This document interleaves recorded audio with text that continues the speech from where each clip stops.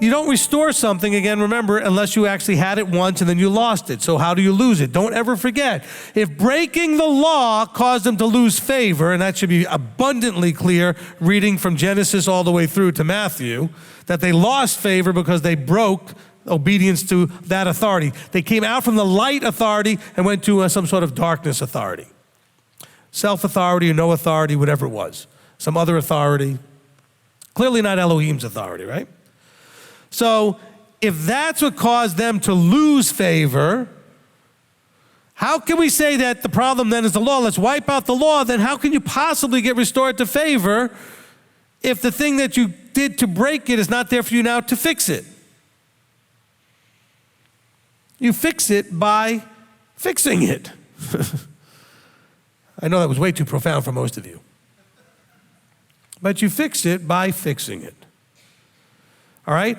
If I lend you my car, and I'm just allowing whatever thought will come into my head to give you some sort of a picture, and you damage my car, okay? You can't fix that problem by saying that we did away with the car.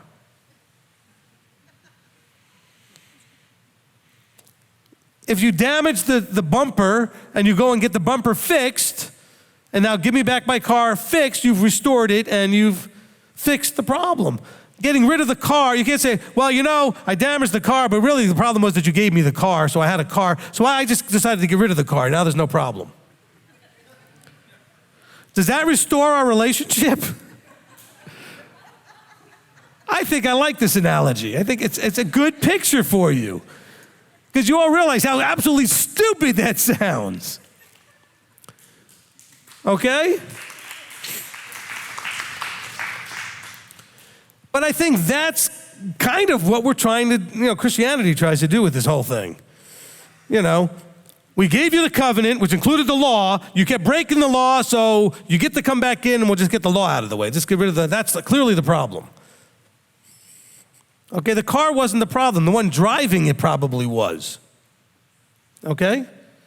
Especially if you come back and say that it was your negligence that caused the problem as opposed to just somebody, you left it in a parking lot and somebody hit it. But let's say you drove in a way that you made a turn too tight and you just caught a railing or something and you scratched up the door. Whatever you did, that you did something.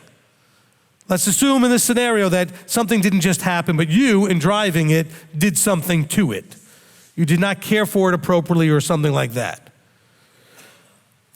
Or even better, let's say nothing got damaged that way. You just never changed the oil, you never did any maintenance on it, and then the engine fried because you didn't watch over, guard over, remember what was necessary to maintain. And then you just decided, well, that was way too much work and the problem that I had to do all of that, so we just got rid of the car. Because after all, remembering to change the oil and to put gas in it and all the other things that would be necessary, and changing the belts and brakes or whatever, that's way too much work. So we'll just get rid of the car.